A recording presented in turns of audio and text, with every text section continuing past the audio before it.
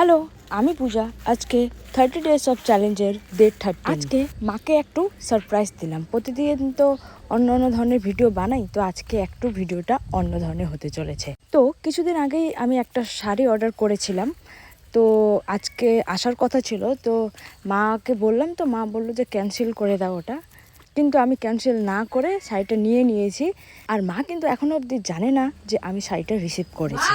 আর যেহেতু শাড়িটা দিনের বেলায় এসেছিল, তো মাকে আমি জানাইনি। ভেবেছিলাম রাত্রে মাকে সারপ্রাইজ দেবো।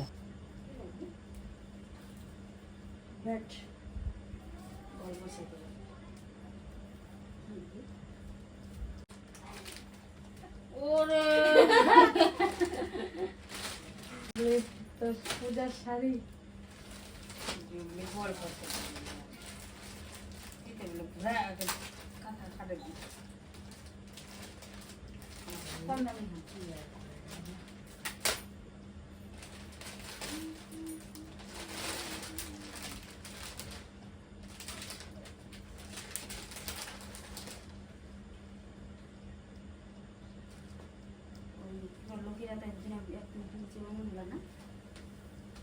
আর এই শাড়িটা আমি কিন্তু অর্ডার করেছি অ্যামাজন থেকে। শাড়িটাও কিন্তু ভালো ছিল। মার মনে হচ্ছিল যে শাড়ির দামটা একটু বেশি হয়ে গেছে, কারণ দোকানে গেলে হয়তো কমেতেই আমরা এই শাড়িটা পেয়ে যাব।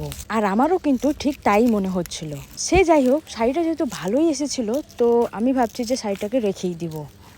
শাড়িটা পরতেও আরাম লাগবে আর দেখতেও কিন্তু দারুণ লাগবে, কারণ এটা একটু ডুয়াল কালারের মধ্যে ছিল।